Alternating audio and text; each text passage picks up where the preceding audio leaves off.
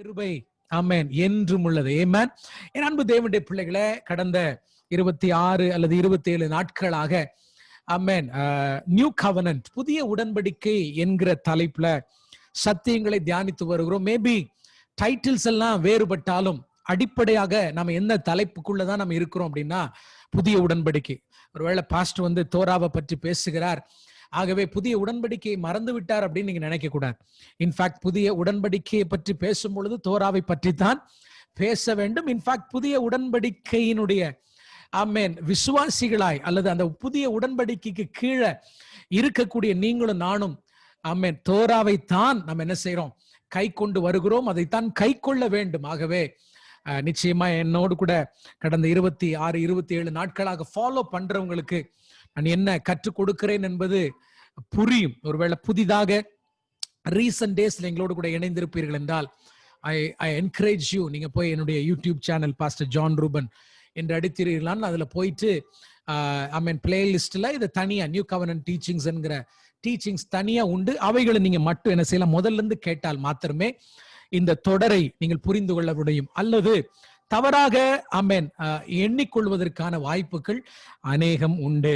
ஹல்லேலூயா, ஸ்தோத்திரம். நீங்க இந்த டீச்சிங்னால் ஆசீர்வதிக்கப்படுகிறீர்கள் என்றால் எங்களோடு கூட தொடர்பு கொண்டு எங்களை உற்சாகப்படுத்துங்க. அது இன்னும் தொடர்ந்து ஆண்டவருக்காக ஓடுவதற்கு எங்களுக்கு உதவி செய்யும். ஒருவேளை நீங்க மனதில் கலக்க நினைக்கலாம், ஆமென் ஆண்டவராக இயேசு கிறிஸ்து சிலுவையில எனக்காக செய்து முடித்தவைகளை மாத்திரம் நான் தியானித்தா போதாதா, ஆமென் சிலுவையில் எனக்காக சம்பாதித்தவைகளை மாத்திரம் தியானித்தா போததான். ஏன்னா because that's what I need. எனக்கு அதுதானே தேவை, எனக்கு ரட்சிப்பு தேவை இல்லையா, எனக்கு அவர் சிலுவையில சம்பாதித்து கொடுத்த ஆசீர்வாதங்கள் தேவை. அதை மாத்திரம் நம்ம கற்றுக்கொண்டா பத்தாதா? ஏன் பைபிள் முழுவதும் நான் படிக்கணும்? ஏன் நியாயப்பிரமாணத்தில் இருக்கக்கூடிய அந்த கற்பனைகள் கட்டளைகளை நான் கற்றுக்கொள்ள வேண்டும்? அதனால எனக்கு என்ன பிரயோஜனம் உண்டு என்று நீங்க கேட்கலாம். மேபி ஆமென் என்னோட கூட இணைந்திருக்கிறவங்க you might think what is relevant as a New Testament believer, புதிய உடன்படிக்கையினுடைய விசுவாசியா இருக்கிற எனக்கு இவைகளெல்லாவற்றை நான் கற்றுக்கொள்ள வேண்டும், என்ன அதனால ஆசீர்வாதம் எது இருக்குமா அப்படின்னு நீங்க கேட்டீங்கன்னா, என் அன்பு தேவனுடைய பிள்ளைகளை நிச்சயமாய் கற்றுக்கொண்டுதான் ஆக வேண்டும். ஹல்லேலூயா. ஏன்னா நியூ டெஸ்டமெண்ட்ல ஆண்டவராக இயேசு கிறிஸ்துவா இருக்கட்டும், பேதுரு, பவுல், யாக்கோபு, யோவான், யூதா, யாரா இருக்கட்டும், அவர்கள் எல்லாருமே பேசினது ஆமென் நியாயப்பிரமாணத்தில் இருந்துதான் என்ன சத்தியங்களை பேசி இருக்கிறார்கள். இன்னைக்கு அதை தான் நம்ம மேலோட்டமா பார்க்க போறோம். இன்றைக்கு நம்முடைய செய்தியினுடைய தலைப்பு பால் அண்ட் த தோரா, பவுலும் நியாயப்பிரமாணமும். ஆமென். இன்ஃபேக்ட் இதுவும் 1-2 நாட்களுக்கு நம்ம போக போறோம். இன்னைக்கு ஜஸ்ட் அதனுடைய ஆரம்பத்தை மட்டும் நான் உங்களோடு கூட பேச போகிறேன். குறிப்பாய் பவுலை பற்றி நம்ம அதிகமாய் நாளைக்கு நம்ம பார்க்க போறோம்.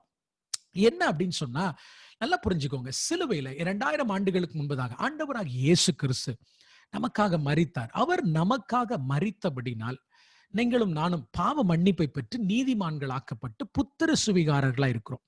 சோ என்றைக்கு நீங்களும் நானும் ஆண்டவராகிய இயேசு கிறிஸ்துவை நம்முடைய சொந்த இரட்சகராக நாம் ஏற்றுக்கொண்டோமோ அன்றைக்கே ஆமென் சிலுவையில உங்களுக்காக இயேசு கிறிஸ்து சம்பாதித்த எல்லா ஆசீர்வாதங்களுக்கும் நீங்க சுதந்திரவாளியாய் மாறிவிட்டீங்க. ஹல்லேலூயா. நான் சொல்றது உங்களுக்கு புரியுதா?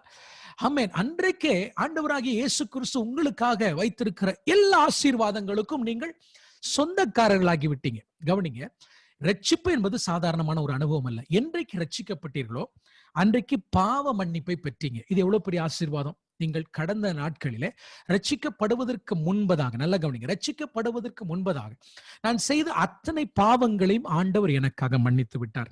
2, நான் ரட்சிக்கப்பட்ட அந்த நாளிலே நீதிமானாக்கப்பட்டேன். I've been made righteous. I've been declared righteous.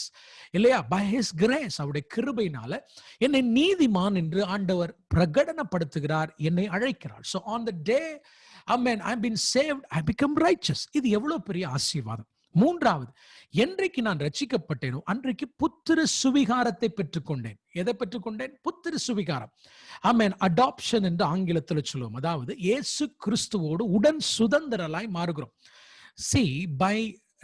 ஆண்டவர் உங்களை நீதிமான்கள் ஆக்கினதுனால நீங்க அவருடைய பிள்ளைகளாய் மாறுறீங்க. நல்லா கவனிச்சுட்டு வாங்க. நீதிமானா என்றைக்கு கர்த்தர் உங்களை மாற்றுகிறாரோ அன்றைக்கு அவருடைய பிள்ளை ஆகிறீங்க. ஆனா என்னைக்கு ஆமென் கர்த்தர் உங்களை அடாப்ட் பண்ணுகிறாரோ அல்லது புத்திர சுவிகாரர்களாக மாற்றுகிறாரோ அன்றைக்கு நீங்கள் அவருடைய சன்ஸ் அண்ட் டாட்டர்ஸ், அவருடைய குமாரரும் குமாரத்திகளும் ஆகிறீங்க. அதாவது நான் சொல்றது நல்லா கவனிங்க. இயேசு கிறிஸ்துவை ஏற்றுக்கொண்ட அந்த நாளிலே உங்களுக்குள் பரிசுத்த ஆவியானவர் கொண்டு வந்த ஆசீர்வாதங்களை பற்றி பேசிக் கொண்டிருக்கிறேன். ஒன்று, ஆண்டவர் உங்களை பாவங்களை மன்னித்தார். இரண்டாவது, உங்களை நீதிமான்களாக்கினார். மூன்றாவது, உங்களை புத்திரர்களாக சன்ஸ் அண்ட் டாட்டர்ஸ் ஆண்டவர் உங்களை என்ன செய்திருக்கிறார்? அழைத்திருக்கிறார். ஆகவே அன்றைக்கே, ஏன்னா நம்ம பரிசுத்த ஆவியானவர் யார்? அப்பா பிதாவே என்று கூப்பிட பண்ணுகிற புத்திர சுவிகாரத்தின் ஆவியை தந்தவர். அவர் தான் அச்சாரமே. He is the seal of the new covenant. இல்லையா? என் அன்பு தேவனுடைய பிள்ளைகளே, அவர் அன்றைக்கு என்ன செய்கிறார்? முத்திரை செய்து விட்டார். ஆக அப்பவே நீங்க இயேசு கிறிஸ்துவுடைய சகல நன்மைகளுக்கும் சுதந்திரவாளியாய் மாறிவிட்டீங்க. ஆனா ரட்சிப்பினுடைய வாழ்க்கை அதோட முடிஞ்சு போகல. பாவ மன்னிப்பு மட்டும் ரட்சிப்பினுடைய வாழ்க்கை அல்ல. நீதிமானாக்கப்படுதல் மட்டும் கிறிஸ்தவ வாழ்க்கை அல்ல. புத்திர சுவிகாரத்தை பெற்றுக் கொள்ளுகிறதோடு கூட கிறிஸ்தவ வாழ்க்கை முடிந்து விடல. நல்லா புரிஞ்சுக்கோங்க. அவர் வருகிற வரைக்கும் பெற்றுக்கொண்ட ரட்சிப்பை காத்து கொள்ள வேண்டுமே. ஹல்லேலூயா. அதைத்தான் பரிசுத்தமாக்குதல்ங்கிற இன்னொரு விஷயத்தையும் பவுல் நமக்கு கற்றுக் கொடுக்கிறார் இல்லையா? சாங்டிபிகேஷன் என்று சொல்லுவோம், பரிசுத்தமாக்குதல். ஆக ரட்சிப்பிக்கப்பட்ட நாளில், நீதிமானாக்கப்பட்ட நாளிலிருந்து அல்லது புத்திர சுவிகாரத்தை பெற்ற நாளிலிருந்து என் ஆண்டவராக இயேசு கிறிஸ்து வரும் வரைக்கும் எனக்கு கொடுத்த ரட்சிப்பை நான் காத்து கொள்ள வேண்டும் என்றால் நான் எப்படி நடக்க வேண்டும் அப்படின்றது ரொம்ப முக்கியம், ரொம்ப ரொம்ப முக்கியம். ஹல்லேலூயா. நான் சொல்றது உங்களுக்கு புரியுதா? என் அன்பு தேவனுடைய பிள்ளைகளே, அதாவது என்னோடு கூட சேர்ந்து ஒரு வசனத்தை நம்ம சப்ஜெக்டுக்கு போகிறதுக்கு முன்னாடி நாம பார்க்க போறோம். என்ன அப்படின்னா, இன்னைக்கு பலர் ரட்சிக்கப்பட்டு விட்டேன், அதனால இயேசு கிறிஸ்து எனக்காக எல்லாவற்றையும் செய்து முடித்து விட்டார், ஆகவே finished work of the cross, சிலுவையில எனக்காக செய்து முடித்தவைகளில் நான் வாழ்ந்தால் போதும் அப்படின்ற ஒரு டீச்சிங் இன்னைக்கு பிரசங்கித்துக் கொண்டிருக்கிறாங்க. Everything is finished. So work ஆண்டவர் எனக்காக சிலுவையில ஆமென் சம்பாதித்தவைகளிலே நான் என் வாழ்க்கைய ஓடி முடிக்க முடியும் அப்படின்ற மாதிரி நாம பேசிக் கொண்டிருக்கிறோம். ஆனா இல்ல, அதோடு கூட முடியல. இயேசு கிறிஸ்து இந்த 26 27 வாரங்களில் நாம் கற்றுக்கொண்ட விஷயம் என்ன? எனக்காக சிலுவையில செய்து முடித்தது நியாயப்பிரமாணத்தினுடைய ஒரு பகுதி தான். ஆமென். அந்த சாக்ரிஃபிஷியல் பலி சம்பந்தப்பட்ட விஷயங்கள், அவரை ஆசாரியத்துவ சம்பந்தப்பட்ட விஷயங்கள், எதெல்லாம் இயேசு கிறிஸ்துவை பற்றியதோ அதை மாத்திரம்தான் அவர் நிறைவேற்றினார். ஹல்லேலூயா. ஒரு வசனத்தை உங்களுக்கு காண்பிக்கிறேன். என்னோடு கூட சேர்ந்து பிலிப்பியருக்கு எழுதின நிருபம் 2ஆம் அதிகாரம் 12-13. ஆமென். அப்போஸ்தலனாகிய பவுல் பிலிப்பியருக்கு எழுதின நிருபம் 2ஆம் அதிகாரம் 12-13 ஆகிய வசனங்களை வாசிக்கிறேன். கவனமா கவனிங்க. ஆதலால் எனக்கு பிரியமானவர்களே, நீங்கள் எப்பொழுதும் கீழ்ப்படுகிறபடியே நான் உங்களுக்கு சமீபமாய் இருக்கும்போது மாத்திரமல்ல, நான் தூரமாய் இருக்கிற இப்பொழுதும் அதிக பயத்தோடும் நடுக்கத்தோடும் உங்கள் ரட்சிப்பு நிறைவேற பிரயாசப்படுங்கள் அப்படின்றார். என்ன சொல்றாரு? ரட்சிப்பு நிறைவேற பிரயாசப்படுங்கள். ரட்சிக்கப்பட்டு விட்டோம், நீதிமானாக்கப்பட்டு விட்டோம், புத்திர சுவிகாரத்தை பெற்று விட்டோம். இதோடு கூட கிறிஸ்தவ வாழ்க்கை முடிஞ்சு போச்சுன்னு சொன்னா, மறுபடியும் சொல்கிறேன், ரட்சிக்கப்பட்டு விட்டோம், நீதிமான்களாக்கப்பட்டு விட்டோம், புத்திர சுவிகாரத்தை பெற்று விட்டோம், இத்தோடு கூட கிறிஸ்தவ வாழ்க்கை முடிந்து போய்விட்டது என்று சொன்னால், ஏன் பிலிப்பியருக்கு எழுதின நிருபம் 2ஆம் அதிகாரம் 12ஆம் வசனத்துல உங்களோட ரட்சிப்பு நிறைவேற பிரயாசப்படுங்கள் அப்படின்றார். இங்கிலீஷ்ல அந்த வேர்ட் ஒர்க்ன்ற வேர்டு வருது. அந்த கிரீக் வேர்டு என்னால ப்ரொனவுன்ஸ் பண்ண முடியாது, அவ்வளவு பெரிய லாங்கான வேர்டு அது, ஒர்க். அப்போ உங்களுடைய என்ன அப்படின்னு சொன்னா, நல்லா புரிஞ்சுக்கோங்க, நான் சொல்ற ஸ்டேட்மெண்ட்டை நல்லா கவனிங்க. அந்த இடத்துல வந்திருக்கு கிரேக்க வார்த்தை, அந்த ஒர்க், அந்த பிரயாசப்படுங்கன்ற கிரேக்க வார்த்தையினுடைய அர்த்தம் என்னன்னா adapt and adjust. Adapt and adjust. எதுக்கு அடாப்ட் அண்ட் அட்ஜஸ்ட்? ரட்சிக்கப்பட்ட நாளிலே உங்களுக்கு கொடுக்கப்பட்ட பரிசுத்த ஆவியானவருக்கு அடாப்ட் பண்ணி அட்ஜஸ்ட் பண்ணி வாழுகிற வாழ்க்கை தான் கிறிஸ்தவ வாழ்க்கை. நான் சொல்றது புரியுதா? ரைட்? தெளிவா நீங்க புரிஞ்சுக்கோங்க. finished work of the cross, it's about salvation. சிலுவையில இயேசு கிறிஸ்து எனக்காக செய்தது ரட்சிப்பு. that's the main thing. then என்னுடைய வியாதிகளை அவர் ஏற்றுக்கொண்டார் இல்லையா? தென் என்னுடைய தரித்திரத்தை ஐஸ்வர்யமாக மாற்ற. இன்ஃபேக்ட் தரித்திரம் ஐஸ்வர்யம்னு பேசும்பொழுது தயவு செய்து பணத்தை பற்றி யோசிக்காதீங்க. It's all about spiritual richness. Right? என் அன்பு தேவனுடைய பிள்ளைகளே, ஆக மெயின்லி நீங்க புதிய ஏற்பாடு அல்லது நியூ கவனன்ட் எடுத்துட்டீங்கன்னா மேக்சிமம் 99.9% எல்லாமே ஸ்பிரிச்சுவல் ஆஸ்பெக்ட் தான். 99.9%. சோ சிலுவையில எனக்காக செய்து முடித்தது, ஆமென், அவைகள் என்னன்னா என்னுடைய ரட்சிப்பு சம்பந்தப்பட்டது, என்னுடைய நித்திய ஜீவன் சம்பந்தப்பட்டது, என்னுடைய வியாதி சம்பந்தப்பட்டது. ஹல்லேலூயா. இன்ஃபேக்ட் வியாதி என்று வந்தாலுமே டெம்பரவரி தான். நல்லா புரிஞ்சுக்கோங்க, வியாதியை கர்த்தர் சுகமாக்குகிறதும் டெம்பரவரி தான். என்னன்னா ஒரு வியாதி சுகமாகுது, எப்படியும் ஒரு மனுஷன் மரிக்கும் போது ஏதோ ஒரு வியாதியில தான் என்ன செய்யறான், சுகமாக்குகிறான். எகெயின் நீங்க வியாதியா இருக்கட்டும் அல்லது பொருளாதார ஆசீர்வாதங்கள் சிலுவையிலிருந்து பெற்றுக்கொள்ளக்கூடிய நீங்க நினைக்கிற உலக பிரகாரமான அவைகள் அத்தனையுமே டெம்பரவரி தான். நிரந்தரம் எது? நித்திய ஜீவன் மட்டுமே, ரட்சிப்பு மட்டுமே. ஹல்லேலூயா. சோ இந்த finished work of the cross என்று பேசிட்டு ஆமென் அதுல மட்டும் வாழ்ந்தா போதும், நம்ம எப்படினாலும் வாழலாம், நமக்குன்னு ஒரு பொறுப்பு இல்ல, இதை செய்யணும் அதை செய்யணும், நியாயப்பிரமாணத்தினுடைய கற்பனைகள் கட்டளைகளை பத்தி நம்ம கவலைப்பட வேண்டிய அவசியம் இல்லை என்று சொல்லுகிறவர்களுக்கு நான் தைரியமா சொல்றேன், அவங்க பைபிளை படிக்கிறதே கிடையாது, ஏதோ ஒரு புக்கை படிச்சுட்டு பேசி கொண்டிருக்கிறாங்க. அப்படி இல்லவே இல்லை. பவுல் ரொம்ப அழகா சொல்றாரு, உங்கள் ரட்சிப்பு நிறைவேற பிரயாசப்படுங்கன்றார். அப்ப என்ன சொல்ல வர்றாரு? ரட்சிப்பு என்பது past experience, present experience, it's future experience. அப்ப நான் என்ன சொன்னேன்? 12ஆம் வசனத்துல பிரயாசப்படுங்கள்னு பவுல் பயன்படுத்துகிற அந்த பதம், கிரேக்க பதம் adjust and adapt with the Holy Spirit. அதாவது உங்களுடைய ரட்சிப்பு நிறைவேறுவதற்கு பிரயாசப்படும் பொழுது உங்க கூட யார் இருக்கிறா? பரிசுத்த ஆவியானவர் இருக்கிறார். நீங்க தனியா பிரயாசப்பட வேண்டிய அவசியம் இல்லை. ஏன்னா பாவம் நிறைஞ்ச உலகம், அக்கிரமம் நிறைஞ்ச உலகம். ஆமென். என் அன்பு தேவனுடைய பிள்ளைகளை, நானும் சரி நீங்களும் சரி, நம்முடைய ரட்சிப்பை காத்துக்கொள்வதற்காக அனுதினமும் நம்ம பிரயாசப்பட்டு கொண்டிருக்கிறோம். பாவங்களுக்கு விரோதமா போராடி கொண்டிருக்கிறோம், டெம்ப்டேஷனுக்கு விரோதமா நம்ம போராடி கொண்டிருக்கிறோம். யாரும் இல்லை என்று சொல்லவே முடியாது. ஹalleluya. We are fighting against sin every day. ஆமென். அப்போ இதற்கு நம்ம தனியா போராடணும்ன்றது இல்ல, இதற்கு நமக்கு உதவி செய்யும்படி யாரை கொடுத்திருக்கிறார்? பரிசுத்த ஆவியானவரை கொடுத்திருக்கிறார் இல்லையா? He is the one who confirmed that you are saved. He is the one who confirmed that you are righteous. He is the one who confirmed that you are adopted. ரட்சிக்கப்பட்டீர்கள், நீதிமான்களாக்கப்பட்டீர்கள், புத்திர சுவிகாரர்களாய் மாறிவிட்டீர்கள் என்றதற்கு அச்சாரம் யாரு? பரிசுத்த ஆவியானவர். உள்ள இருந்து ஆமென் உங்களுடைய ரட்சிப்பை உறுதிப்படுத்துகிறது மாத்திரமல்ல, உள்ள இருந்து உங்களுடைய ரட்சிப்பை நீங்கள் காத்துக்கொள்வதற்காக நீங்க படுகிற பிரயாசத்திலும் ஆண்டவர் என்ன செய்கிறார்? உதவி செய்கிறார். ஹalleluya. உதவி செய்கிறார். அதுதான் பரிசுத்த ஆவியானவருடைய வேலை. அதான் adjust and adapt to the Holy Spirit. அவரோடு கூட கொஞ்சம் என்ன செய்யுங்க? ஒத்துப்போங்கன்னா அவருடைய சத்தத்தை நீங்க கேட்கணும், அடாப்ட் பண்ணுங்க. அவர் நடத்தி செல்லுகிற பாதைகளுக்கு நீங்க ஒப்பு கொடுக்கும் பொழுது உங்களுடைய ரட்சிப்பு பூரணப்படும் இல்லையா? உங்களுடைய ரட்சிப்பு ஃபுல்ஃபில் ஆகும். ஹalleluya. முடிஞ்சு போச்சுன்னு மட்டும் நினைக்காதீங்க. ஒன்று, நமக்குள்ள இருக்கிற பரிசுத்த ஆவியானவர் நம்முடைய ரட்சிப்பு நிறைவேறுவதற்கு நம்மோடு கூட சேர்ந்து அவர் பிரயாசப்படுகிறது மாத்திரமல்ல, எல்லாம் முடிஞ்சு போன அப்ப முடிஞ்சு போச்சுன்னு சொன்னா இயேசு கிறிஸ்து இப்ப பிதாவுடைய வலது பாரசத்தில் என்ன செய்து கொண்டிருக்கிறார்? நம்முடைய ரட்சிப்பு நிறைவேற நமக்காக பரிந்து பேசிக் கொண்டிருக்கிறார் என்பதை மறந்து போக வேண்டாம். ஹalleluya. ரெண்டு பேர், ஒன்று குமாரனாகிய கிறிஸ்து பரிந்து பேசிக் கொண்டிருக்கிறார், இன்னொன்று பரிசுத்த ஆவியானவர் உங்களுக்குள்ள இருந்து உங்களுக்கு உதவி செய்கிறார். வாக்கு கடங்காத பெருமூச்சோட வேண்டுதல் செய்கிறார். கிறிஸ்தவ வாழ்க்கை என்பது ரட்சிப்போடு முடிந்து போகவில்லை. ஏமாந்திராதீங்க. அவர் செய்ததை செய்து முடித்து விட்டார் சிலுவையில. நீங்களும் நானும் செய்ய வேண்டியதை செஞ்சுதான் ஆகணும். என்னன்றது அடுத்த வசனத்தை பாருங்க. ஏனெனில் தேவன் தம்முடைய தயவுள்ள சித்தத்தின்படி விருப்பத்தையும் செய்கையும், இங்கு வந்திருக்கிற இன்னொரு வேர்டு அகைன் வர்க்ன்ற வேர்டு. ஹalleluya. செய்கையும் உங்களில் உண்டாக்குகிறவராய் இருக்கிறார். ஆமென். முதல்ல வந்திருக்கிற வர்க் அப்படின்ற வேர்டு ரட்சிப்பு நிறைவேறுவதற்கு பரிசுத்த ஆவியானவரோடு இணைந்து செயல்படுங்க. இங்க உங்களுக்கு இருக்கிற பரிசுத்த ஆவியானவர் ஆசைகளை கொடுக்கிறார், விருப்பங்களை கொடுக்கிறார். என்ன ஆசையை கொடுக்கிறாரு? ஆமென். வேத வசனத்தின் மேல ஆசையை கொடுக்கிறாரு. ரைட்? எதன் மேல? நியாயப்பிரமாணத்தின் மேல ஆசையை கொடுக்கிறாரு. நான் உங்களுக்கு சொல்லி இருக்கிறோம், இதைதான் நம்ம பார்த்துட்டு வருகிறோம். இப்பொழுது லா எங்க இருக்கு? பிரமாணம் எங்க இருக்குது? தோரா இருக்கிறது உங்களுடைய இருதயத்தில் இருக்கிறது. ஹalleluya.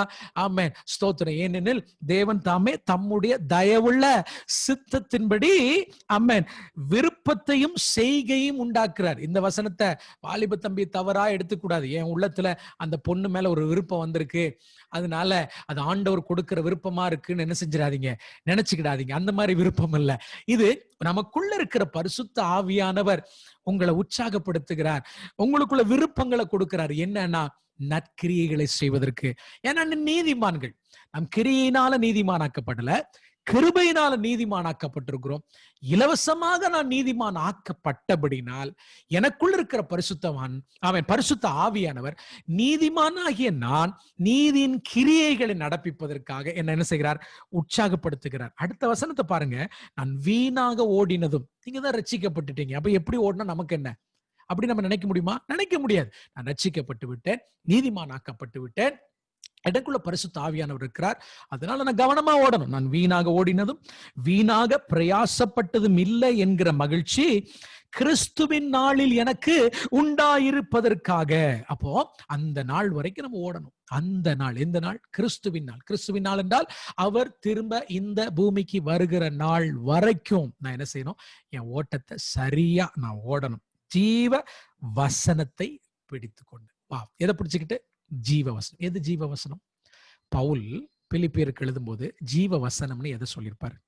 ஏன்னா அன்னைக்கு பிலிப்பியருக்கு எழுத நிருபம் இல்லை, மத்தேயும் இல்லை, மார்க்கும் இல்லை, லூக்காவும் இல்லை, அப்போஸ்தலர் நடபடிகளும் இல்லை, எதுவுமே கிடையாது, வெளிப்படுத்தலும் கிடையாது.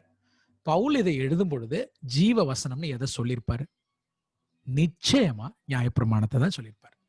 நிச்சயமாய் தீர்க்க தரிசன ஆகமங்களை தான் சொல்லியிருப்பார். That's the living word. இன்னைக்கு நாம பாக்கியம் பெற்றவர்கள்.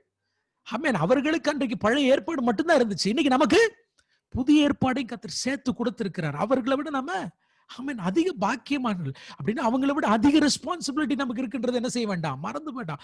ஜீவ வசனத்தை பிடித்து கொண்டு உலகத்திலே சுடர்களை போல பிரகாசிக்கிற நீங்கள் கோணலும் மாறுபாடுமான சந்ததியின் நடுவிலே குற்றமற்றவர்களும் கபடற்றவர்களும் தேவனுடைய மாசற்ற பிள்ளைகளா இருக்கும். இதுதான் பாயிண்ட். எதுக்கு நியாயப்பிரமாணத்தை பற்றி பேசுறோம்? நீங்க மனசுல நினைக்கலாம், கிருபையை பற்றி மட்டுமே பேசிட்டு போலாமே. கிருபையே எதற்காக? கோணலும் மாறுபாடும் இந்த சந்ததியில் நம்முடைய பரிசுத்தத்தை காத்துக்கொள்ளணும், நம்முடைய மாசற்ற ஒரு வாழ்க்கை வாழணும். அவர் வரும்பொழுது அவர் இருக்கிறவனமாக இருக்கணும்னா ஆமென் நம்முடைய இருதயத்தில் எழுதப்பட்டிருக்கிற பிரமாணங்களின்படி நம்ம என்ன செய்யணும்? நடக்கணும். ஒரு நாளும் நியாயப்பிரமாணத்தை தூக்கி தூர எரியவே முடியாது. பிரியமான தேவனுடைய பிள்ளைகளே, I don't know how some people ஆனா ரொம்ப எளிதாக இதை பேசிட்டு போறாங்க, எனக்கு புரியல. ஆமென். இன்றைக்கு நம்ம இன்னும் சப்ஜெக்டுக்குள்ள போகல. எனவே உங்களை புரிய வைக்கணும். ஏன்னா பலருக்குள்ள கேள்வி எழலாம். வை இதெல்லாம் ஏன் இவ்வளவு உட்காந்து 26 27 வாரமா உட்காந்து இதை உட்காந்து படிக்கிறதுக்கு என்ன இருக்கு? பேசாம ஆண்டவரே உம்முடைய கிருபையினால எங்களை நிரப்புங்கப்பா, ஆண்டவரே உம்முடைய கிருபையினால ஊற்றுங்கப்பான்னு சொல்லிட்டு போயிட்டே இருக்கலாம்ல. அப்படின்னா பைபிளே தேவையில்லை, சர்ச்சு தேவையில்லை, பேசாம கிருபையை தாங்கப்பான்னு நம்ம இருக்கலாம். எதுக்கு கிருபைன்னு வேணும்?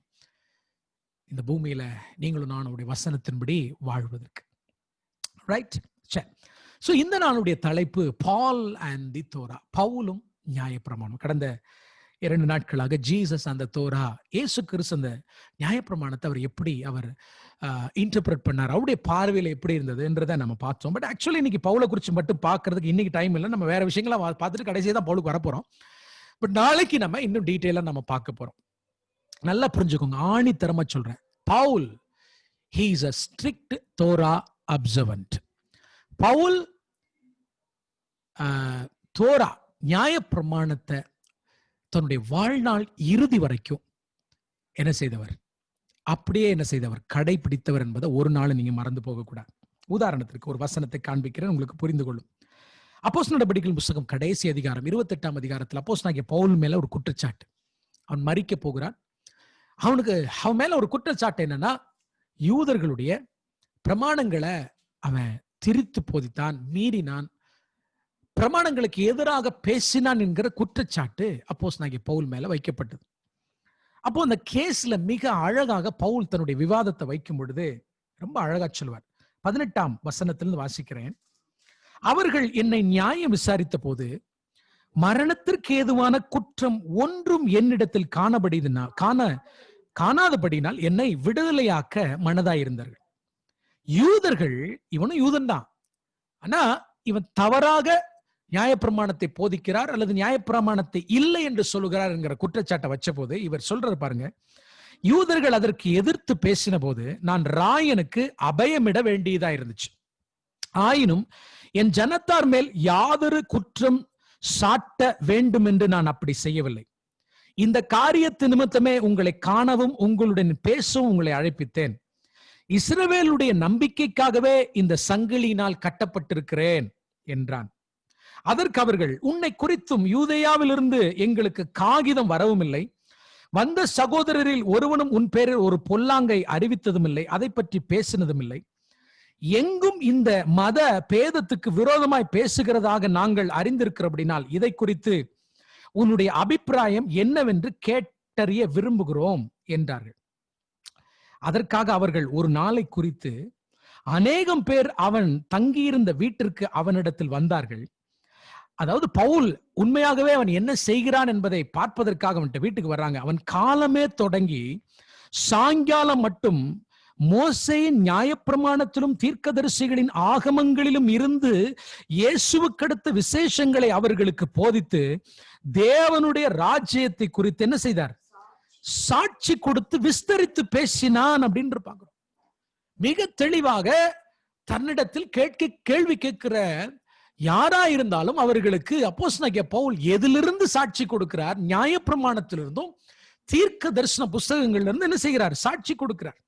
நீங்க 17ஆம் வசனத்தை வாசிச்சு பாருங்க. 3 நாளைக்கு பின்பு பவுல் யூதரில் பிரதானமானவர்களை வரவழைத்து, எவ்வளவு போல்டா, யூத ரிலீஜியஸ் லீடர்ஸ் எல்லாத்தையும் ஒன்னா கூப்பிட்டு அவர்கள் கூடி வந்திருந்த போது அவன் அவர்களை நோக்கி, சகோதரரே, ரொம்ப தெளிவா பேசுறான், ரொம்ப ஜெனிவனா பேசுறான், சகோதரரே, நம்முடைய ஜனங்களுக்கும் நம்முடைய முன்னோர்களின் முறைமைகளுக்கும் விரோதமான ஒன்றையும் நான் செய்யாமல் இருந்தும்.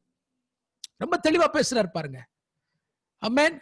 சகோதரரே, ஆமென், என்ன செய்யறார்னா, நம்முடைய முன்னோர்களின் முறைமைகளுக்கு விரோதமானது ஒன்றையும் நான் செய்யாமல் இருந்தும் கட்டப்பட்டவனாக எருசலேமிலிருந்து ரோமர் கையில் என்ன செய்யப்பட்டேன்? கொடுக்கப்பட்டேன் அப்படின்னு பவுல் என்ன செய்யறார் சொல்றா. ஒண்ணு கூட என்ன செய்யல ரோமர், ஆமென், நம்ம முன்னோர்களுடைய முறைமைகள் நான் மீறல, எல்லாத்தையும் நான் கை கொண்டு வருகிறேன் அப்படிங்கிறார். நியாயப்பிரமாணத்தினுடைய எந்த முறைமைகளை நான் என்ன செய்யல, மீறல, எல்லாவற்றையும் நான் கை கொண்டு வருகிறேன் என்று மிக அழகாக பவுல் அவர்களுக்கு முன்னாடி தன் வாதத்தை வைக்கிறார். சோ 17ஆம் வசனமும் சரி 23ஆம் வசனமும் சரி ரெண்டையும் வாசிக்கும் பொழுது நமக்கு என்ன தெரியுதுன்னா, பவுல் நியாயப்பிரமாணத்தை மீறவில்லை. இன்ஃபேக்ட் தன்னுடைய வாழ்நாள் முழுவதும் he was a strict observant of the word of God, the Torah. Hallelujah. என் அன்பு தேவனுடைய பிள்ளைகளே, அதாவது பவுலுடைய டீச்சிங்ல நீங்க என்ன பிரமிக்கப்படுத்தினது என்ன அப்படின்னா, the one new man அப்படின்ற ஒரு டீச்சிங். அதாவது கிறிஸ்துவுக்குள் நம்ம எல்லாம் என்னவா இருக்கிறோம்? ஒன்றா இருக்கிறோம். we are one in Christ. இது பவுலுக்கு ஆண்டவர் கொடுத்த மிகப்பெரிய வெளிப்பாடு. இதத்தான் அன்னைக்கு மற்ற யூத ரிலீஜியஸ் லீடர்ஸ்னால ஏற்றுக்கொள்ள முடியல. What is that? எபேசியர்கள் நம்ம தியானிக்கும் போது நம்ம தியானிச்சிருக்கிறோம். அந்த ஒன் நியூ மேனுடைய டீச்சிங் என்ன? ஆமென். கிறிஸ்துவுக்குள் யூதன் என்றும் இல்லை, கிரேக்கனும் என்றும் இல்லை, புறஜாதி என்றும் இல்லை. we are all one in Christ. என்னைக்கு ஒரு கிரேக்கன் இயேசு கிறிஸ்துவை ஏற்றுக்கொள்கிறானோ அவன் யூதனை போல அவனும் தேவனுடைய பிள்ளையா இருக்கிறான். என்னைக்கு ஒரு புறஜாதி இயேசு கிறிஸ்துவை ஏற்றுக்கொள்கிறானோ அன்றைக்கு அவன் யூதனை போல அவனும் ஆண்டவராக இயேசு கிறிஸ்துடைய பிள்ளையா இருக்கிறான். சோ ஃபெய்த் அப்படின்ற ஒரு பாயிண்ட்ல, விசுவாசம் அப்படின்ற ஒரு பாயிண்ட்ல யூதன், கிரேக்கன், புறஜாதி எல்லாரும் ஒன்று இணைகிறார்கள் என்கிற சத்தியத்தை அன்றைக்கு இருந்த யூத மத தலைவர்களால் என்ன செய்ய முடியல? ஜீரணிக்கவே முடியல. Amen. They couldn't accept it. Hallelujah. எப்படி யூதனும் கிரேக்கனும் ஒன்னாக முடியும்? எப்படி ஒரு யூதனும் ஒரு விருத்த சேதனம் பண்ணினவன், தோராவை தேவனுடைய கரத்திலிருந்து நேரா பெற்றுக்கொண்டவனும், விக்கிரகங்களை ஆராதித்து வந்த ஒரு புறஜாதியும் how can they become one? எப்படி அவர்கள் ஒன்றாக மாற முடியும் அப்படின்றத அன்றைக்கு இருந்த யூத மத தலைவர்களால ஏற்றுக்கொள்ள முடியல. they couldn't accept it. அதனாலதான் அவங்க என்ன செய்யறாங்கன்னா பவுலுக்கு விரோதமா எழும்பி நிற்கிறாங்க. ஹalleluya. ரைட்? அதுவும் சிம்பிளா ஒரே ஒரு மேட்டர்ல, எதுல? விருத்த சேதனம் என்கிற விஷயத்துல. விருத்த சேதனம் என்கிற விஷயத்துல ஆமென். மிக தெளிவாக ஆதி திருச்சபை, அதாவது பேதுரும் யாக்கோபும் முன்னின்று நடத்தின ஆதி திருச்சபை பிரச்சனை, விருத்த சேதனத்தை குறித்ததான பிரச்சனை திருச்சபைக்குள்ள வந்த பொழுது மிக அழகாக பேதுரும் யாக்கோபும் அதை கையாண்டு புறஜாதிகள் விருத்த சேதனம் பண்ண வேண்டிய அவசியம் இல்லை என்று என்ன செய்யறாங்க, அந்த பிரமாணத்தை அவங்க வகுக்கிறாங்க, பைண்டிங் அண்ட் லூசிங். ஆனா சில யூதர்கள் என்ன செய்யறாங்க, நம்ம ஏற்கனவே இதை பார்த்ததுனால நான் சுருக்கமா சொல்றேன். சில யூதர்கள் எழும்பி போய் என்ன செய்யறாங்க, இல்ல விருத்த சேதனம் பண்ண வேண்டும் என்றாங்க. சோ இந்த மாதிரி பிரச்சனைகள் தான் பவுலுக்கு என்ன கொண்டு வந்ததுன்னா எதிர்ப்பை கொண்டு வந்ததே ஒழிய பவுலை பொறுத்த மட்டும் மேபி நீங்களும் நானும் சில வசனங்களை மிஸ் அண்டர்ஸ்டாண்ட் பண்ணலாம். அதாவது புதிய ஏற்பாட்டினுடைய பகுதிகளை, கலாத்தியர், ரோமர்ல இருக்கக்கூடிய சில பகுதிகள், எபிரேயருக்கு எழுதின நிருபத்தில் இருக்கிற பகுதிகளை படிக்கும் பொழுது சில மிஸ் அண்டர்ஸ்டாண்டிங் வந்தாலும் சரியான விதத்துல புரிந்து கொள்ளக்கூடியவர்களால பவுல் என்ன சொல்ல வருகிறார் என்பதை புரிந்து கொள்ள முடியும். 1-2 வசனங்களை வைத்துக்கொண்டு என்ன சொல்லிட்டாங்கன்னா, பவுல் இஸ் அகெயின்ஸ்ட் த லா, பவுல் நியாயப்பிரமாணத்திற்கு எதிரானவர் அப்படின்ற மாதிரி அவரை முத்திர குத்திட்டாங்க. இல்லவே இல்லை. he is not against the law, he was a strict observant. in fact அவர் ரட்சிக்கப்பட்ட பின்பு அப்போஸ்தலர் நடபடிகளை வாசித்து பார்ப்பீங்கன்னா யூதர்களுடைய சில சடங்காச்சாரங்களை கூட அவர் செய்றார். ஹalleluya. ஷபாத்துக்கு அவர் ஆமென் தேவாலயத்துக்கு அவர் போயிடுவார். ஆமென் ஸ்தோத்திரம். ஒவ்வொரு பண்டிகை நாட்களிலும் ஃபீஸ்ட் ஆஃப் த லார்ட், கர்த்தருடைய பண்டிகை நாட்கள்ல தேவாலயத்தில் இருக்க வேண்டும் என்று பவுல் என்ன செய்யறார், ஆசைப்பட்டு ஓடுவார் ஆண்டவருடைய சமூகத்துக்கு. இதை நீங்க பைபிள்ல படிக்க முடியும். அதனால இந்த சப்ஜெக்ட்ல பவுல் அண்ட் தோரா நம்ம வாசிக்கும் பொழுது பவுலுடைய இன்டர்பிரிட்டேஷன் நம்ம புரிஞ்சுக்க போறோம். இன்னைக்கு நேரம் கிடையாது. இன்னைக்கு மற்ற சில விஷயங்களை நான் உங்களுக்கு கற்றுக் கொடுக்க போகிறேன். பவுலை பார்க்கறதுக்கு முன்னாடி மற்ற சீஷர்கள் தோராவை எப்படி பார்த்தாங்கன்றதை மட்டும் இன்னைக்கு பார்க்க போறோம். So how did the other disciples like James, actually அவர் யாக்கோபு, அவரை ஜேம்ஸ் ஆக்கிட்டாங்க. ஏன் அப்படி ஆக்குனாங்கன்னு தெரியல. கிங் ஜேம்ஸ் வந்து பைபிளை டிரான்ஸ்லேட் பண்ணுவதற்கு உதவி செய்ததுனால தன்னுடைய பெயர் பைபிள்ல இருக்கணுன்றதுக்காக யாக்கோப ஜேக்கப் என்று அழைப்பதற்கு பதிலாக தன்னுடைய பெயர் இருக்கணும்னு ஜேம்ஸ் இங்கிலீஷ்ல போட்டிருக்காரு. பட் தமிழ்ல தேங்க் காட் அது யாக்கோபுன்னு இருக்கு, வேற மாதிரி இல்லை. சோ 1 யாக்கோபு, 2வது பேதுரு, 3வது யோவான், 4வது யூதா. சோ வேகமா இந்த 4 பேரும் நியாயப்பிரமாணத்தை குறித்து என்ன சொன்னாங்கன்னு பார்ப்போம். ஏன்னா பவுலை மட்டும் நம்ம பார்க்க கூடாது இல்லையா, பவுலை நம்ம மேஜரா பார்க்க போறோம். ஏன்னா கான்ட்ரவர்சியான விஷயங்கள்லாம் பவுலுடைய வசனங்கள்ல தான் இருக்கு. ஆமென். தவறாக புரிந்து கொள்ளப்பட்ட வசனங்கள் பொதுவாக பவுலுடைய வசனங்களெல்லாம் இருக்கு. பட் எனிவே இன்றைக்கு நாம் என்ன செய்ய போகிறோம், how did the other disciples like Jacob, Peter and John and Jude, இவங்க 4 பேரும் எப்படி இவங்களை பார்த்தாங்க அப்படின்றத உங்களை வசனத்தோடு நான் கற்றுக் கொடுக்க விரும்புகிறேன். ஹல்லேலூயா. நிச்சயமா இது உங்களுக்கு பிரயோஜனமா இருக்கும். நல்லா கவனிங்க. அதுக்கு போறதுக்கு முன்னாடி சொல்றேன், கம்ப்ளீட் ஜூயிஷ் பைபிள் அப்படின்னு ஒரு பைபிள் டிரான்ஸ்லேஷன் இருக்கு. கம்ப்ளீட் ஜூயிஷ் பைபிள் என்கிற பைபிள். நீங்க அந்த பைபிள்ல பாத்தீங்கன்னா ஓல்ட் டெஸ்டமென்ட்டினுடைய கொட்டேஷன்ஸ், ஓல்ட் டெஸ்டமென்ட்டுடைய கொட்டேஷன்ஸ், அதாவது பழைய ஏற்பாட்டில் இருக்கக்கூடிய விஷயங்களை புதிய ஏற்பாட்டில் கோட் பண்ணக்கூடிய இடங்கள் மட்டும் 695 இடங்கள் இருக்கு. 695 quotations are there in the New Testament about the Old Testament, right? இது வந்து கம்ப்ளீட் ஜூயிஷ் பைபிள்ல ஒரு இடத்துல இருக்கு, ரைட்? கொட்டேஷன்ஸ். தி எக்ஸ்போசிட்டர் பைபிள் கமெண்ட்ரின்னு ஒரு கமெண்ட்ரி இருக்கு.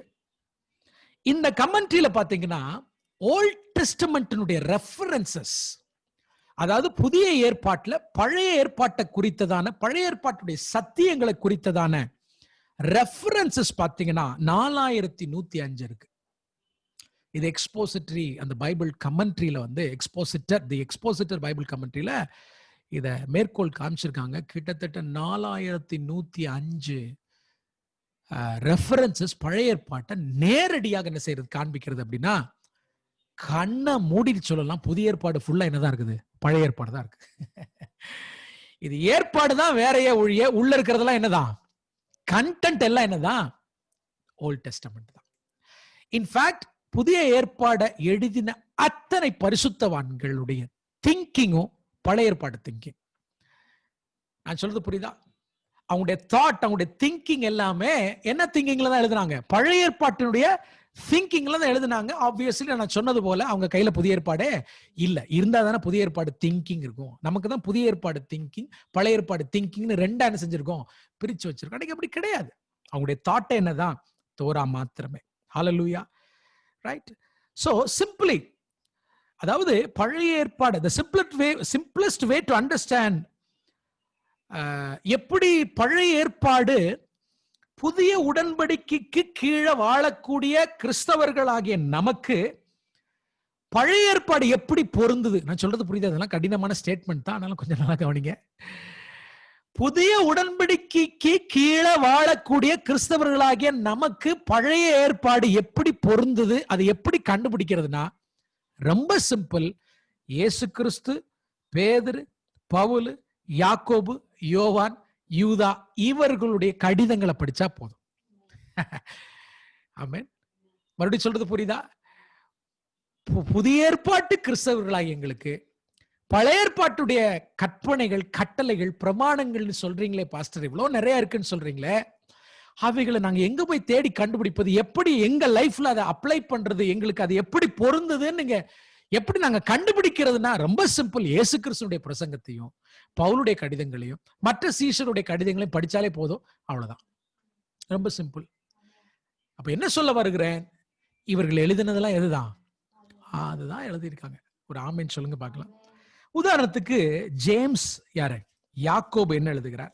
யாக்கோபு எழுதின நிருபம் 2ஆம் அதிகாரம் 8ஆம் வசனம். இன்ஃபேக்ட் கத்தோலிக்க மதத்தை விட்டு வெளியே வந்த மார்ட்டின் லூத்தர்னால யாக்கோபு நிருபத்தை ஏத்துக்கிடவே முடியல. சாவர வரைக்கும் 2 புத்தகத்தை அவரால் அங்கீகரிக்க முடியல. 1 புக் ஆஃப் ரெவலேஷன், வெளிப்படுத்தல் புத்தகம், அதுல யாக்கோபு நிருபத்தை அவரால் ஏத்துக்கிடவே முடியல.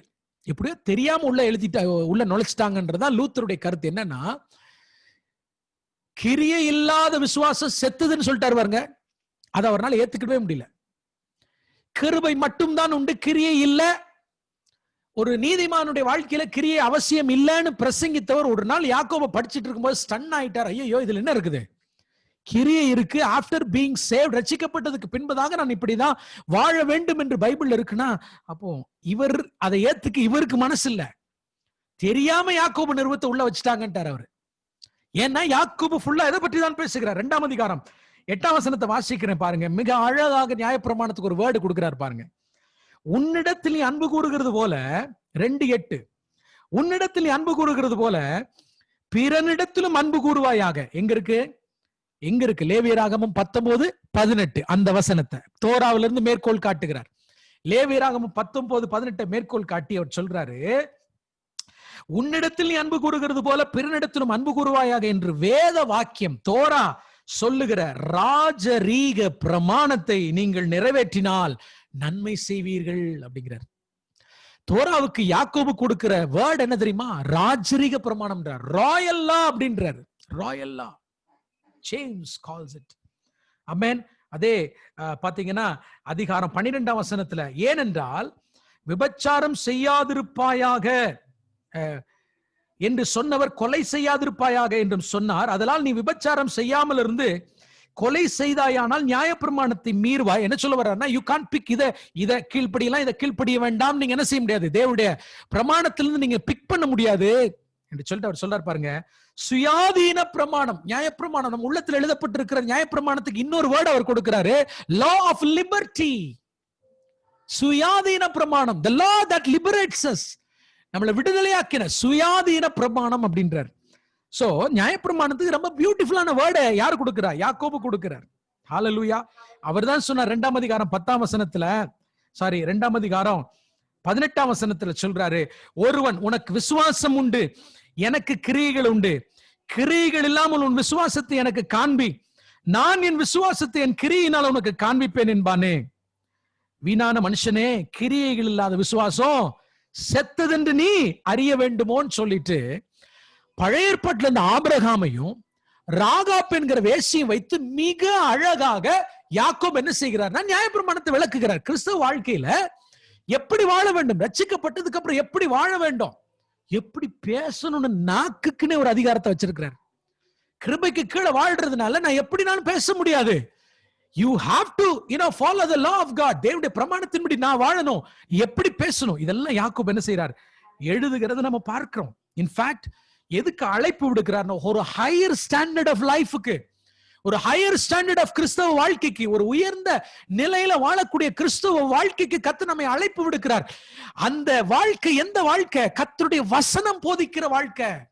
இஸ்ரவேல் ஜனங்களுக்கு தேவன் வனாந்தரத்தில் வைத்து இப்படி வாழ வேண்டும் என்றவர்களுக்கு கற்றுக் கொடுத்த வாழ்க்கை. 4:17 யாக்கோபு 4ஆம் அதிகாரம் 17ஆம் வசனத்தை வாசித்து பார்ப்போம். ஆதலால் ஒருவன் நன்மை செய்ய அறிந்தவனாய் இருந்தும், எப்போ ரட்சிக்கப்பட்டதுக்கு அப்புறம் நன்மை செய்யணும்ன்றாரு, நீதின் கிரியைகளை செய்யணும்ன்றாரு. Can you understand? நான் சொல்றது புரியுதா? ஆமென். இதுக்கப்புறம் நீ இப்படிதான் பேசணும்ன்றாரு. அவர் சொல்றாரு, ஒருவன் நன்மை செய்த அறிந்தவனா இருந்தும் அதை செய்யாமல் போனால் அது அவனுக்கு என்னவா இருக்கும்? பாவமா இருக்கும். அப்ப ரட்சிக்கப்பட்டதுக்கு பின்பதாக எப்படி நடக்க வேண்டும் என்பதை மிக அழகாக நியாயப்பிரமாணத்தை வைத்து யாக்கோபு நமக்கு என்ன செய்கிறார், போதிக்கிறத நம்ம என்ன செய்கிறோம், பார்க்கிறோம். ஹல்லேலூயா. இன்ஃபேக்ட் நீங்க யாக்கோபு எழுதின நிருபம் முழுவதும் வாசிச்சு பாத்தீங்கன்னா, இயேசு கிறிஸ்து மத்தேயு 5:6-7 அவர் பிரசங்கித்த அந்த பிரின்சிபிள்ஸ திரும்ப யாக்கோபு இயேசு கிறிஸ்துடைய சகோதரன், I mean is the brother of Jesus இல்லையா, அவர் மேற்கோள் காட்டுறதை நீங்க பார்க்க முடியும். பேதுரு எடுத்துக்கொள்வோம். Is a very very important, I mean ஒரு சீஷன் இல்லையா, அவர் நியாயப்பிரமாணத்தை ஆல்ரெடி நம்ம பேதுருவை வச்சு நிறைய பார்த்திருக்கோம். ஆனாலும் சும்மா வேகமா நான் மேற்கோள் காட்ட விரும்புகிறேன். வாட் பீட்டர்ஸ் வியூ, தோராவை குறிச்ச பேதுருடைய வியூ என்ன? ஏன் இதெல்லாம் நான் சொல்றேன்னா, அதெல்லாம் முடிஞ்சு போச்சு, அதை பத்தி நீங்க கவலைப்பட வேண்டிய அவசியம் இல்லை, அதை படிக்க வேண்டிய அவசியம் இல்லை, அதன்படி நடக்க வேண்டிய அவசியம் இல்லை. நம்ம என்ன சொன்னாலும் செய்தாலும் ஆண்டவர் அக்செப்ட் பண்ணுவார்ன்றத நான் எதிர்த்து நிற்கிறேன் என்று சொன்னால், அப்படின்னா இவங்க எல்லாம் இதுல எழுத வேண்டிய அவசியமே இல்லையே.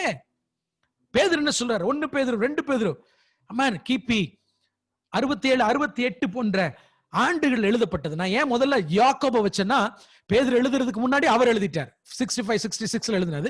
இது 67 and 68 அந்த பீரியட்ல பீட்டர் எழுதும் போது அவர் என்ன சொல்றாரு?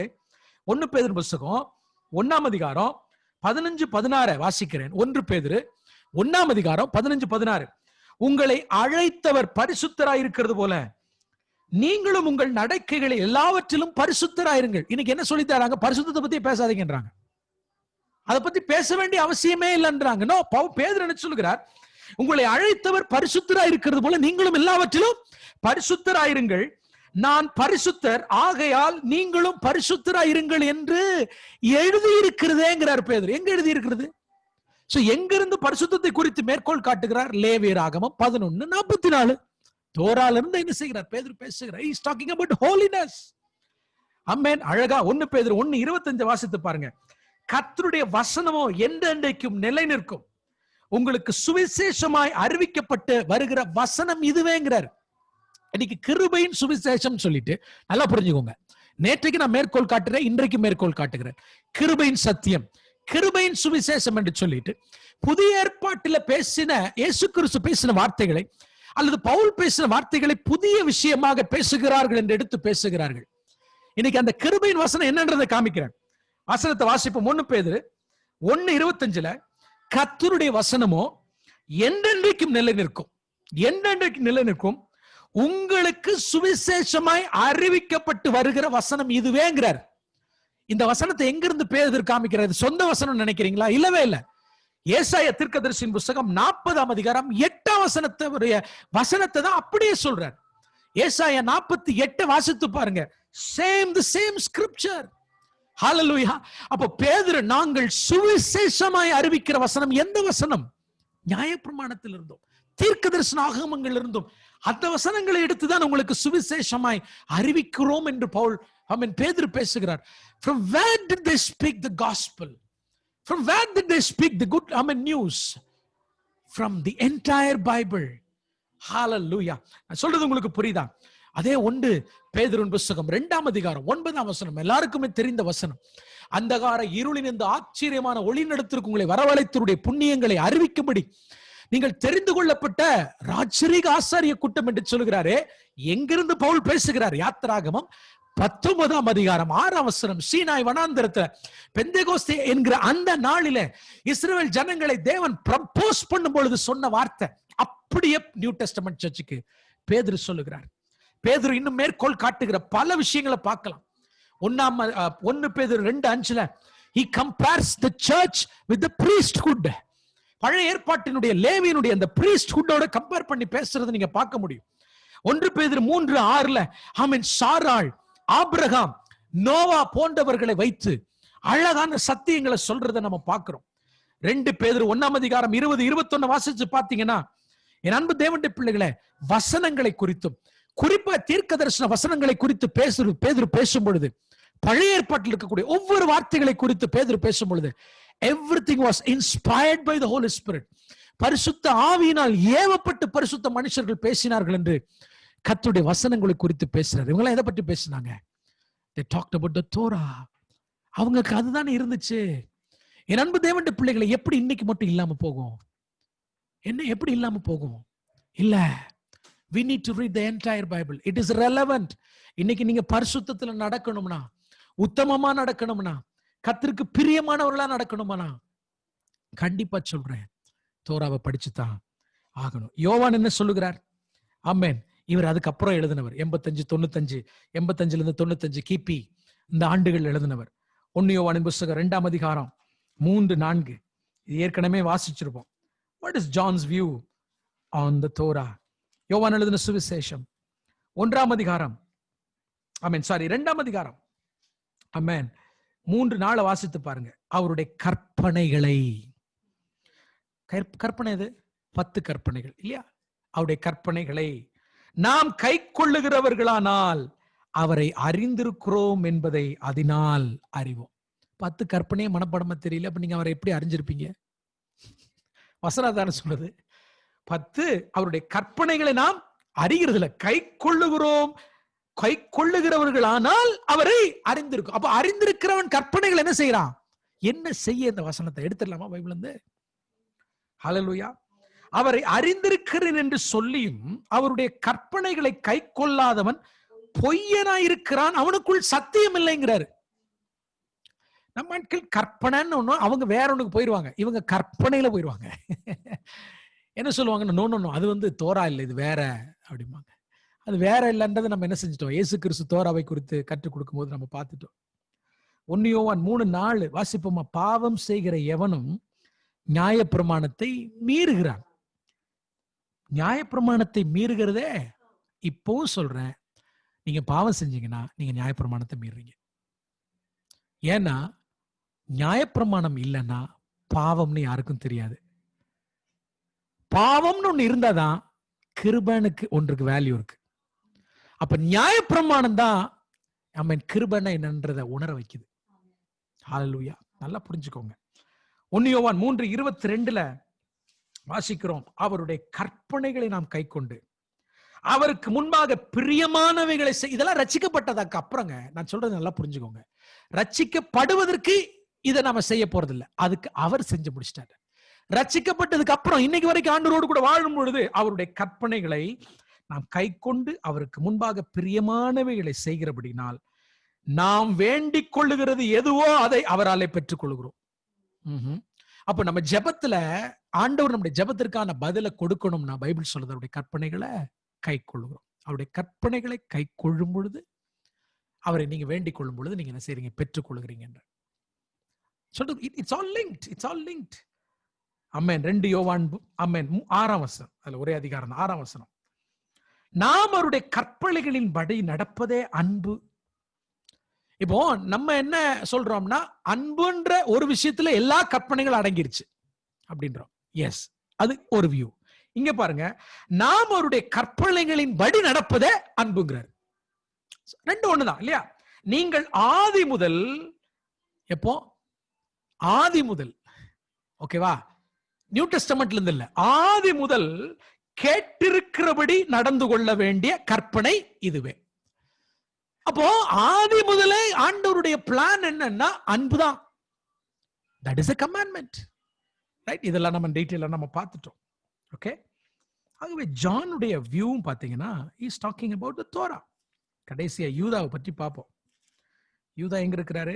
வெளிப்படுத்துறதுக்கு முன்னாடி இருக்கிறார். இவர் he's the half brother of Jesus Christ. இவர் ஆண்டவராகிய இயேசு கிறிஸ்துவுடைய சகோதரர் தான். யூதா முழுவதும் படிச்சீங்கன்னா வேற ஒண்ணுமே பழைய ஏற்பாடு படிச்ச மாதிரியே இருக்கும். சோதம் குமாராவை பத்தி பேசுவாரு, மோசையை பத்தி பேசுவாரு, காயினை பத்தி பேசுவாரு, பாலாமை பத்தி பேசுவாரு, கோராவின் புத்திரரை பத்தி பேசுவாரு, ஏனோக்கை பத்தி பேசுவாரு. சிம்பிளா யூதாவை பழைய ஏற்பாட்டுல வச்சிருக்கலாம். ஒரே அதிகாரம் தான். ஃபுல்லா is talking about the old testament and all the things happen in the old testament. ஆக பவுலை பத்தி நாளைக்கு நம்ம பார்ப்போம். ஏன்னா I need to have lot of time. பவுலை பத்தி நம்ம பேசணும்னா ரொம்ப டீட்டெயிலா, ரொம்ப கிளியரா, பொறுமையா பேசணும். பட் இன்னைக்கு நீங்க புரிஞ்சிருப்பீங்க, ஆண்டுடைய சீஷர்கள் கூட எல்லாமே அதை தான் பேசினாங்க. ஆகவே நம்முடைய பரிசுத்த வாழ்க்கைக்கு, அதாவது பரிசுத்தமாக்கப்பட்டு விட்டோம், ஆனால் அவர் வருகிற வரைக்கும் நாம எப்படி நடக்க வேண்டும் என்பதை வேதத்தில் நம்ம என்ன செய்யணும், கற்றுக்கொண்டு நடக்கும். It's very very important. நாம் ஜெபிப்போமா? எங்களை மிகவும் அதிகமாக நேசிக்கிற எங்கள் அன்பின் பரலோக பிதாவே, இந்த நல்ல இரவலுக்காக உமக்கு நன்றி. நம்முடைய மாறாத சத்தியங்களுக்காக உமக்கு ஸ்தோத்திரம். தேனிலும் தெளிதேலிலும் மதுரமா இருக்கிறது நம்முடைய வார்த்தை. ஆண்டவரே ஸ்தோத்திரம். எங்களுக்கு தெளிவை கொடுக்குது. வசனத்தை தியானிக்க தியானிக்க எங்க கண்கள் திறக்குது. ஆண்டவரே, ஒரு வெளிச்சம் எங்களுக்கு கிடைக்குது. ஆவிக்குரிய வாழ்க்கை இப்படித்தான் அப்படின்றத நாங்க தெளிவா புரிஞ்சுக்கிட்டோம். ஆண்டவரே, இன்னைக்கு நாங்க பார்த்ததின்படி உங்களுடைய வசனத்தின்படி நடக்க எங்களுக்கு கிருபைதாரும். என்னோட இணைந்த ஒவ்வொரு சகோதர சகோதரிகளையும் மனதார பிளஸ் பண்றேன். அவங்க ஆசீர்வாதமா இருக்கட்டும். இயேசுவின் நாமத்தில் பிதாவே, ஆமென். ஷலோம். God bless you.